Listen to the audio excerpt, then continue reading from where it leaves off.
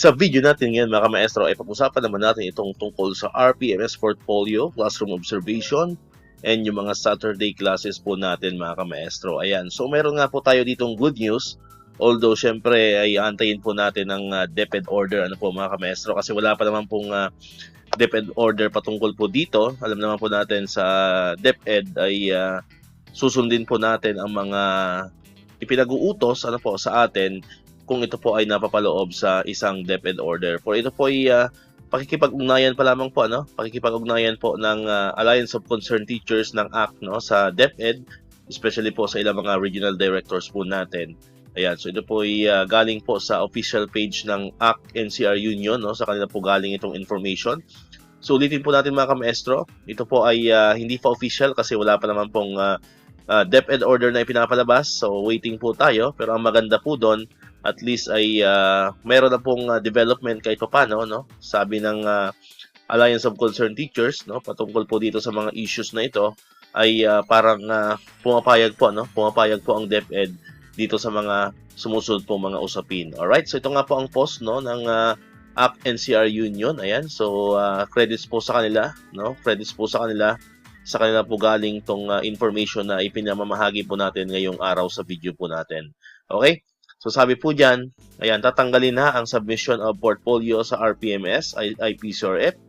Tagumpay ang dialogue ng ACT Teachers Party List, ACT Philippines, ACT NCR Union, at QCPSTA sa Department of Education, DepEd, ukol sa mga mabibigat na workloads ng teachers.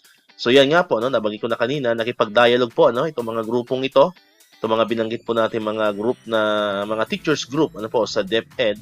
And batay nga po sa kanilang pahayag ay mukhang naging maganda po, naging maganda ang kanilang usapan at mukhang payag naman po ang DepEd. Pero sabi nga natin, waiting po tayo sa ipapalabas na DepEd order or DepEd memorandum para po maging official po itong mga good news po ito na hatid ng ACT NCR Union. Alright, so ito po yung mga napag-usapan po nila at napagtagumpayan. Ayan, ibig sabihin ng napagtagumpayan, ibig sabihin agree nga po ang DepEd dito sa mga sumusunod na mga usapin. Unang-una po, yung removal of portfolio requirements for RPMS.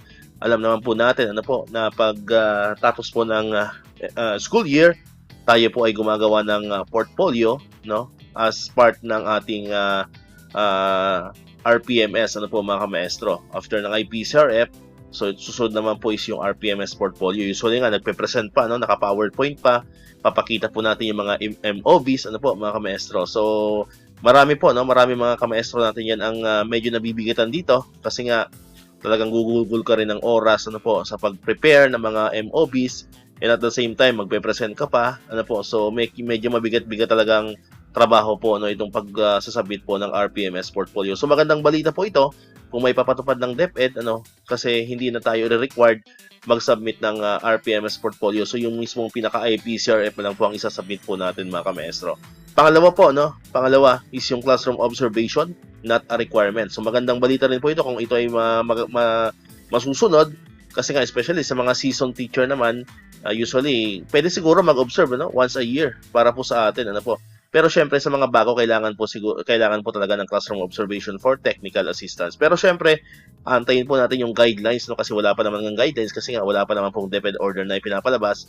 So syempre doon sa guidelines pag naglabas na po ng DepEd order, doon po natin malalaman kung sino-sino pa ba ang mga obserbahan, ano yung magiging batayan, kung ilan ba ang magiging classroom observation within the year, So pero sa mga nakikita po natin sa mga comment ng mga kamaestro natin diyan, ang karamihan po sa kanila mas maganda technical assistance lang, hindi na po siya rated non-graded na kumbaga yung classroom observation na siyang ipinapasok po natin sa ating IPCRF, di ba?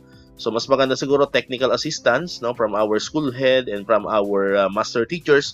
Tingin ko wala naman pong masama doon kung bibigyan po nila tayo ng technical assistance, especially sa mga bagong mga strategies, mga techniques sa ating pagtuturo. Pero ang mahalaga po doon sana ay hindi na siya rated na makaka-apekto po sa ating IPCRF. Next naman is ito, maganda rin, beyond 6 hours teaching load ay magkakaroon po ng overtime pay, although ito ay naipalabas na rin before pa mga kamaestro. So sana maipatupad siya nationwide para sa lahat yung pag nagtrabaho ka ng higit sa 6 na oras ay magkakaroon ka ng overtime pay. And ito maganda rin yung Saturday classes mga kamaestro pag nagkaroon pa ng mga Saturday classes, ay magkakaroon na po yan ng service credits. Kasi ngayon, di ba, pag mayroon tayong service Saturday classes, usually lumalabas ay bayad po natin yon doon sa mga cancellation ng klase. Pero this time, no, according sa Alliance of Concerned Teachers, so equivalent na po yon sa isang service credits pag nagkaroon po ng Saturday classes. At ang huli, itong make-up classes naman during weekdays ay overload pay. No? For example, hindi kayo nag-Saturday classes pero nag-extend naman kayo ng oras. Ano po, imbes sa Saturday class ay nag-extend kayo ng 2 hours per day or 1 hour per day. So, magiging overload pay naman po yon if ever man po ma-approvean po ito or maipapalabas sa isang DepEd order. Right? So, yun po, no? Ito po yung mga mahalagang usapin ano po, na tinalakay po no, ng ating mga kasamahan sa Alliance of Concerned Teachers together with the representatives no, from DepEd, some regional directors according nga po sa kanya. So, ulitin po natin, ito po ay hindi pa official. Ano po mga kamaestro? Ito po ay hindi pa official. So, ito po ay napag-usapan lamang at napagtagumpayan ng Alliance of Concerned Teachers. Pero magiging official lamang po itong mga to kapag nagkaroon na po ng isang DepEd order or DepEd memorandum ano po mga kamaestro. Ayan, so sana po ay naliwanagan kayo no, dito sa mga usapin na ito. Ayan. So, abang-abang po kayo sa mga development. Kung magkakaroon man to ng mga, kung magiging official na ito, magkakaroon ng DepEd order. So, abang-abang po kayo dito sa ating YouTube channel. Sumuli po, no? Credits po sa Alliance of Concerned Teachers NCR Union official Facebook page, no? Sa kanila po galing itong information na ipinamahagi po natin ngayong araw. Alright, so dito ko natatapos itong ating video ngayon mga kamaestro. Kung di ka pa nakakapag-subscribe, click mo na ang subscribe button dyan para ikaw yung unang nakakapanood ng mga videos na na-upload natin. Katulad nito, yung mga updates pa rin about sa DepEd and other benefits po ng mga teachers and government employees. And syempre, click mo na rin ang notification bell button para mananotify ka, always updated ka pag may mga bago tayong uploaded na videos. Sa muli, maraming salamat sa inyong panonood at pakikinig. Once again, El Maestro, see you on my next vlog. Bye-bye!